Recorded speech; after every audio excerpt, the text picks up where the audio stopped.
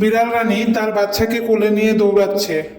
পিছন থেকে কতগুলো শিয়াল শত্রু তাকে তাড়া করতেছে। সে তার বাচ্চাকে বাঁচানোর জন্য একটি নদীর কাছে গেল।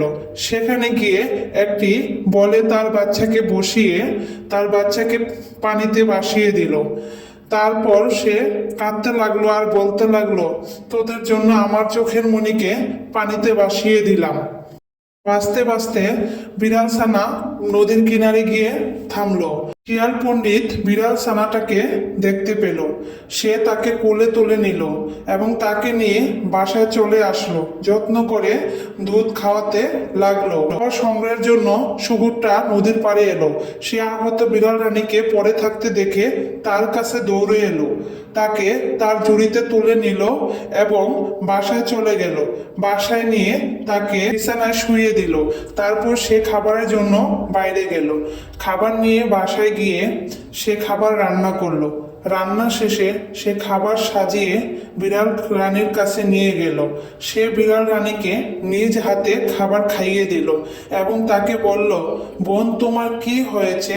কারা তোমাকে এভাবে আহত করে ফেলে রেখে গেছে? বিড়াল রানী শুকুরকে সব খুলে বলল এবং তার বাচ্চার কথা মনে করে কাঁদতে লাগলো। এখন বিড়াল রানীর বাচ্চাটা অনেকটা বড় হয়েছে। শিয়াল পণ্ডিত তাকে ধর্মচর্চা শেখাচ্ছেন। বাচ্চাটা এখন নিজেই প্রার্থনা করতে জানে। সে প্রার্থনা করতেছে। শিয়াল পণ্ডিতের সহকারী বিড়াল এসে বলল, সারাদিন প্রার্থনা করলে হবে না, কাজ করতে এসো। বিড়াল ছানাটা কাজ করতে চলে গেল। বিড়াল ছানাটাকে সে একের পর এক কাজের হুকুম করতে লাগলো। বিড়াল রানীর বাচ্চাকে দিয়ে সে অনেক কাজ করালো। কাজ শেষ করে বাচ্চাটা খাবার চাইলে বাচ্চাটার সাথে খুব রাগ হলো।